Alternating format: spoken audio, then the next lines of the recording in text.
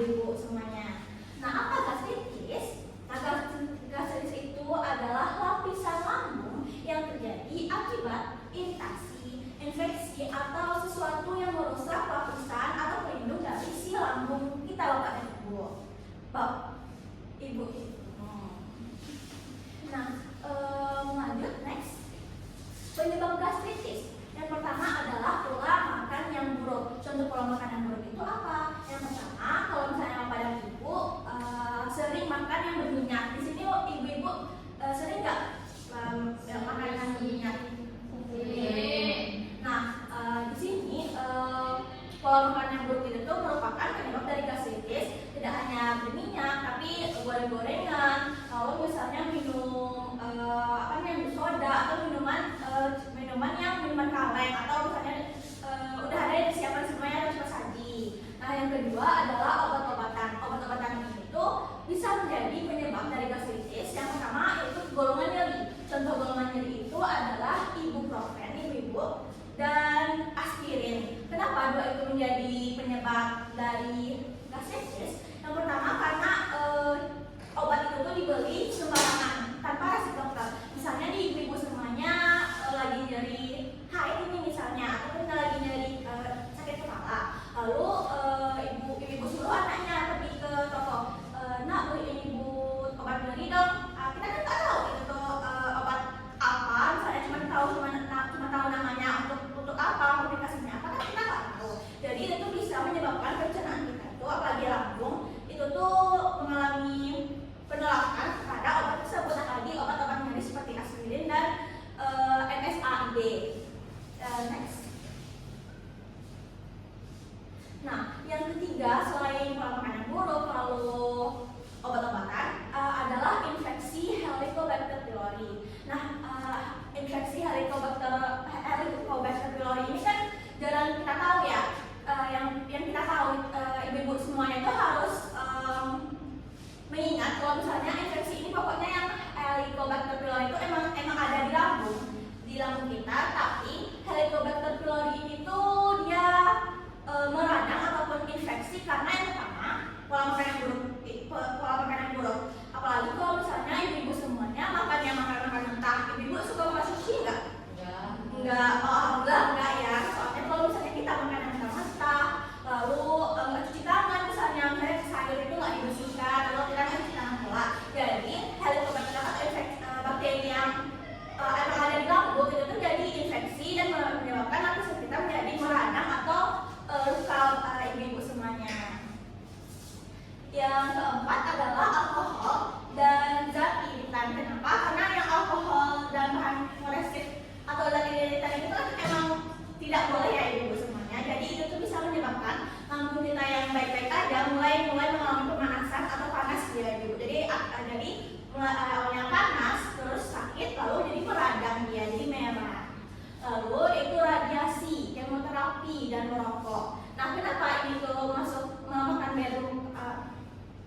Kenapa tiga ini tuh merusak lambung? Karena dia tuh merusak mukosa. Mukosa itu lapisan pelindung kita. Jadi lapisan pelindung kita itu namanya mukosa dan meningkatkan resiko iritasi dan peradangan tersebut ibu-ibu semuanya.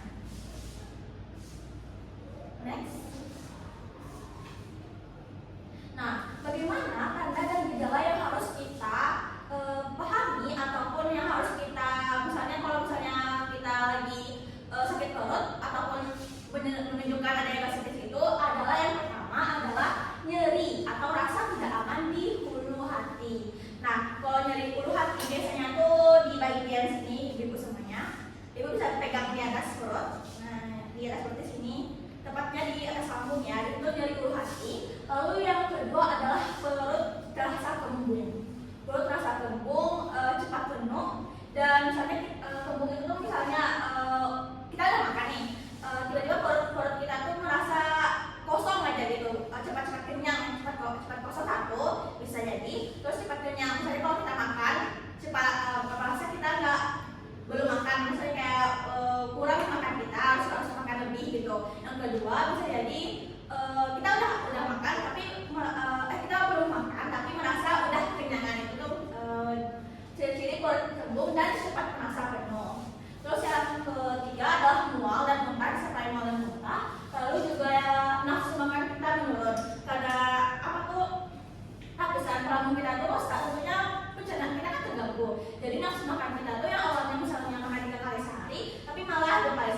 satu kali sehari, atau kayak porsi yang awalnya kita normal nih, misalnya satu piring jadi setengah piring atau jadi seperempat sepertiganya gitu, bagi ibu semuanya. Next. Nah, yang selanjutnya ada rasa panas di dada. Jadi tidak hanya lambung perut kita, tapi di atas ulu hati itu tuh terasa panas. Dipanas karena tentunya lapisan lambung kita itu meradang ya ibu semuanya. Jadi merasakan dada kita tuh cepat panasnya, atau disebut juga dengan heartburn. Terus penurunan berat badan. Jadi tentunya kalau misalnya kita harus makan kita menurun, maka berat badan kita akan, iya betul sekali. Terus ada tanda perdarahan. Ini tanda perdarahan itu untuk kasus yang misalnya gastritis yang kita udah periksa itu dokter, tapi malah dibiarkan. Ini tanda-tandanya, ini tanda perdarahan saluran cerna tinja kita atau BAB kita berwarna hitam. Lalu yang terakhir adalah cepat kenyang. Tadi sudah saya jelaskan, kalau mereka bertumbung itu bisa cepat kenyang atau misalnya mudah lapar. Baik, ibu semuanya, kita lanjut ke akibat. Nah, jadi kalau misalnya ibu-ibu semua biarin aja gastritis ini, karena kita udah tahu tanda-tanda gejala gastritis ataupun radang lambung. Nah, ibu-ibu bisa mengalami komplikasi atau akibat dari dibiarkan saja ibu-ibu semuanya. Yang pertama adalah pendarahan saluran cerna bagian atas. Seperti tadi ada pendarahan di tinja itu tanda-tanda dari adanya pendarahan saluran cerna bagian atas. Lalu yang kedua juga ada ibu-ibu terjadi ulkus lambung. Ulkus lambung itu apa ibu-ibu semuanya? Ibu-ibu semuanya tahu ulkus? Ya tentunya nggak tahu ya ibu. Ulkus itu adalah luka. Jadi lambung kita itu mengalami luka seperti tusukan, seperti menggerut ya. Lalu ada merah-merahnya. Nah, itu luka akibat ya kita biarin aja gastritis ini, atau kita nggak mengalami pengobatan ataupun nggak memeriksanya ke rumah sakit. Lalu yang ketiga adalah penyerapan nutrisi terganggu.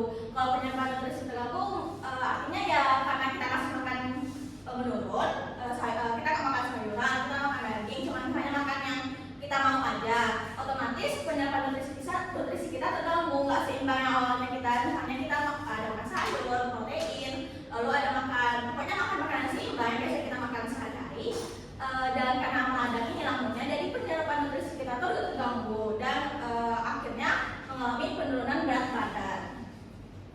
Yang terakhir adalah gangguan pencernaan kronis atau kanker lambung. Nah, ini tuh adalah komplikasi jika ibu-ibu dibiarkan. Ini tuh termasuk bakteri tadi ibu-ibu semuanya.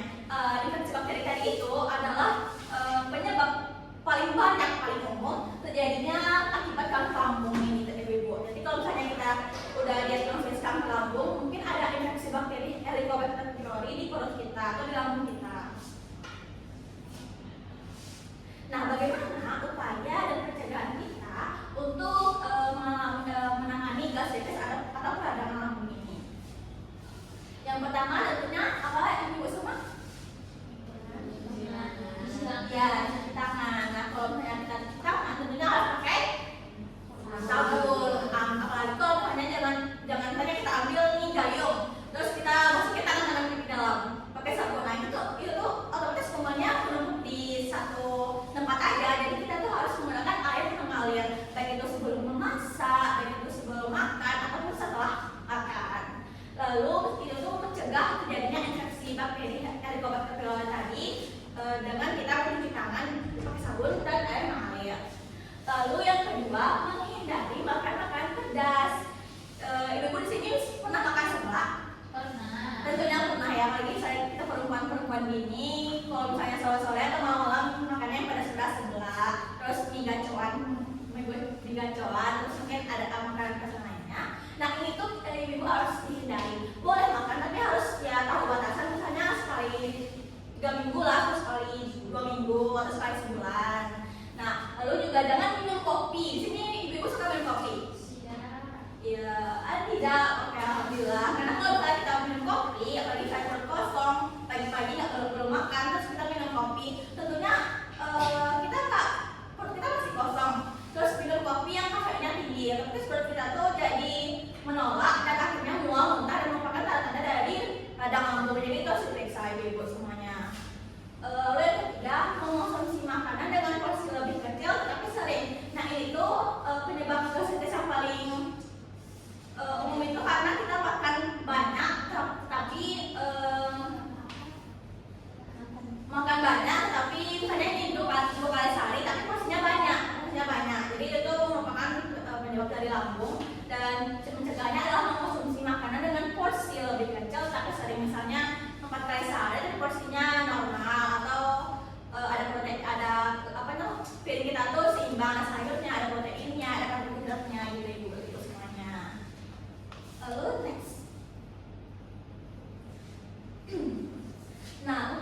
upaya dan pencegahan selanjutnya adalah yang ini sudah saya jelaskan tadi, kurangi kopi, teh pekat, minuman soda, dan minuman energi. Tentunya kita juga harus batasi, boleh sebenarnya ibu-ibu, tapi kita harus makan sebelumnya atau perut kita tuh udah berisi. Jadi boleh nih kita minum minuman soda atau minuman energi sekali 2 minggu atau sekali sebulan. Pokoknya kita harus memantaunya agar tidak berlebihan. Kira-kira 3 kali seminggu itu perlu dikurangi ibu semuanya.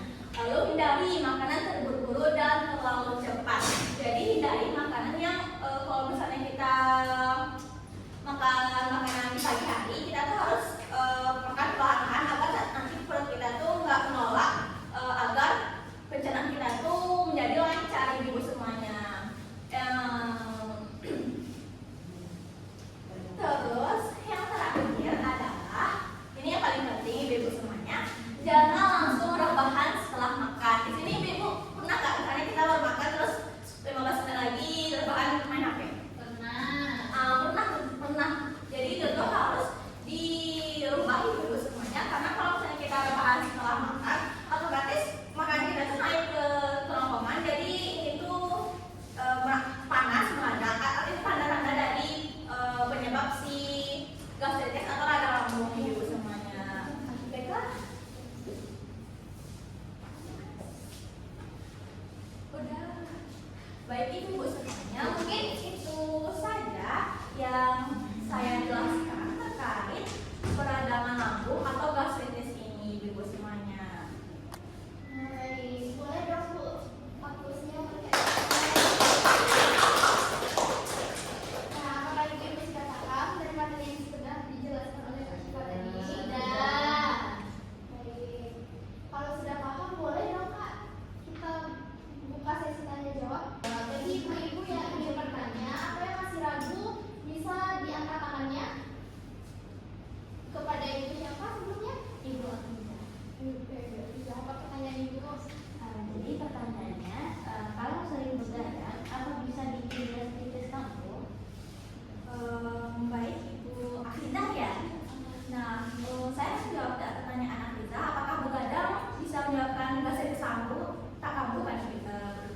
Itu bisa menyebabkan, tentunya bisa menyebabkan gastritis kita kambuh. Kenapa? Kalau misalnya kita begadang, hormon kita kan hormon prostaglandin kita atau hormon alami kita tuh jadi tinggi. Kalau hormon kita jadi tinggi, otomatis kita menjadi stres atau misalnya sakit kepala atau pusing. Kalau udah pusing, kita pasti malas ngelakuin kegiatan kan ibu semuanya. Misalnya nih kita lagi istirahat, lalu mau makan pagi atau makan siang. Karena apa tuh begadang tadi? Begadang pasti misalnya begadang kita tidurnya jam 2, bangun jam 9.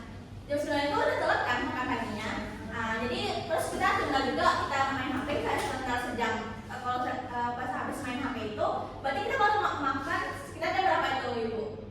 Jam 10 atau 11 mungkin. Nah, artinya kita tuh telat makan. Kalau kita telat makan pasti yang misalnya kita awalnya udah didiagnosa gastritis atau radang lambung, tentunya makin parah ibu semuanya. Kalau misalnya makin parah, bukan makin parah, tapi mengalami komplikasi seperti yang saya jelaskan tadi.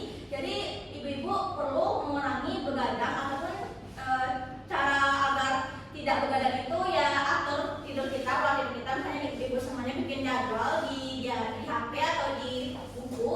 Jadi biasakan, harus dibiasakan untuk tidur misalnya jam 9, bangun jam 5, atau misalnya tidur 10, bangun jam setengah 6, atau bangun jam 4 subuh. Jadi itu bisa ada waktu untuk bikin masak dulu atau kita beli makanan untuk sarapan pagi. Karena sarapan pagi yang idealnya kan jam 7 sampai jam setengah 9 ibu semuanya. Mungkin itu saja ibu. Iya, terima kasih ya. Sudah, apakah ibu sudah paham? Nah, apakah ibu-ibu yang lain ada yang ingin bertanya? Tidak? Nah, berarti sudah sangat paham ya? Itu aja. Penjelasan yang tadi Berarti ibu-ibu sudah sangat paham ya? Kak Syifa, gimana kalau kita main sesi tanya jawab? Siapa-siapa dia dapat? Iya betul sekali Kak Angel ya. Sebenarnya kalau biar kita lebih tahu, tadi kan saya sudah jelasin nih apa itu gastritis, pengertiannya, tanda-tandanya, penyebabnya, lalu akibatnya, terus pencegahannya apa. Jadi sekarang kita akan memainkan game atau sesi tanya jawab. Ini lumayan seru ibu-ibu, nanti kita juga ada hadiahnya bagi yang paling banyak menjawab. Nah, pertanyaannya apa loh? Gamenya, soalnya. Sebentar ya ibu-ibu.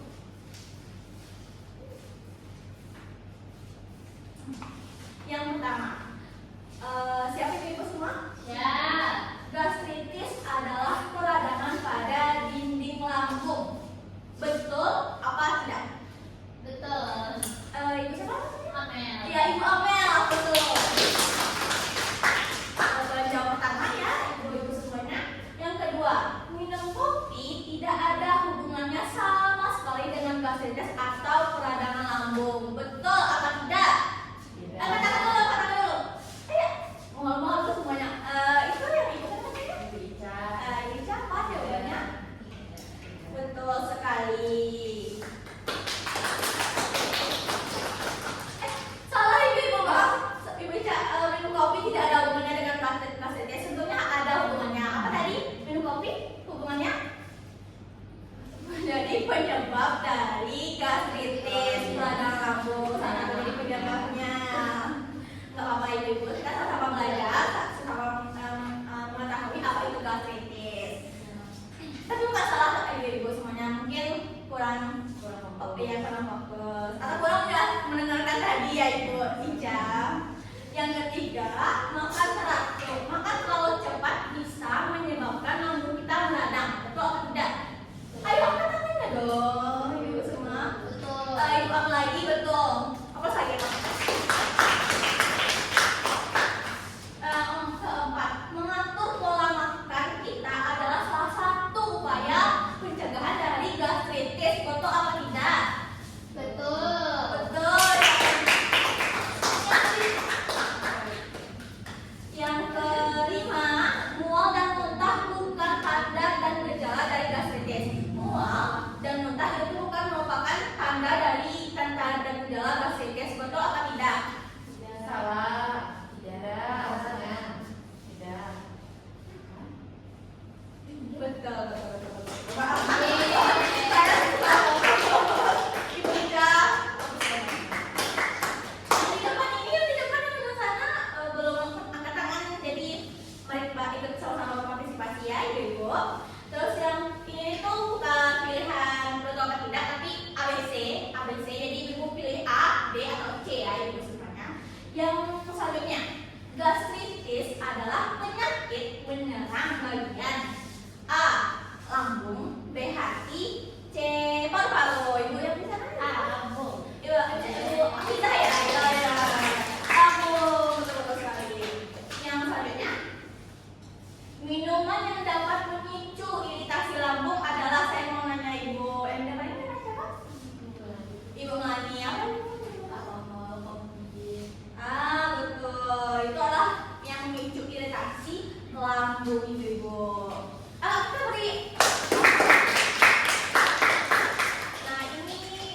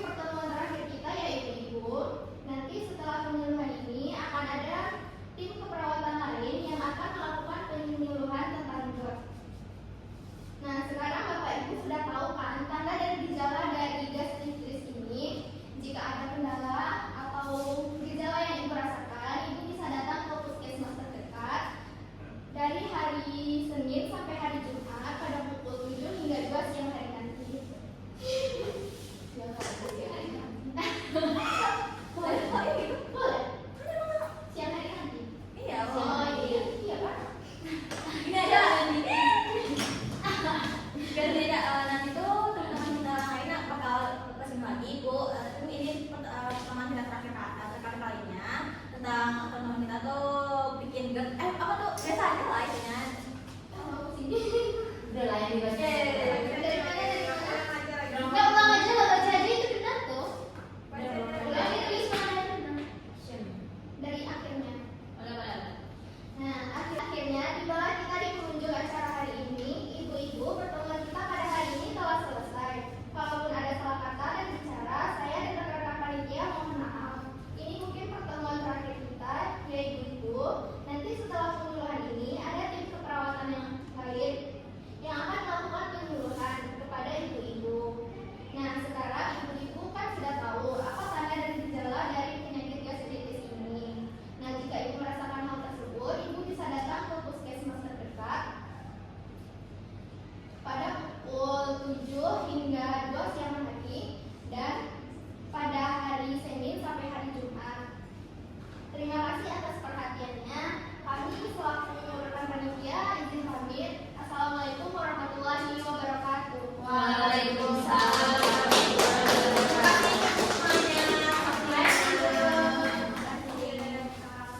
Baik, di sini saya akan membacakan hasil observasi saya, yaitu berdasarkan hasil pengamatan terhadap seluruh rangkaian kegiatan yang dilaksanakan tadi, ada beberapa evaluasi yang telah didapatkan, yaitu yang pertama evaluasi struktur. Perorganisasian timnya sudah bagus, seluruh anggota tim bekerja sesuai dengan tugas dan tanggung jawab masing-masing.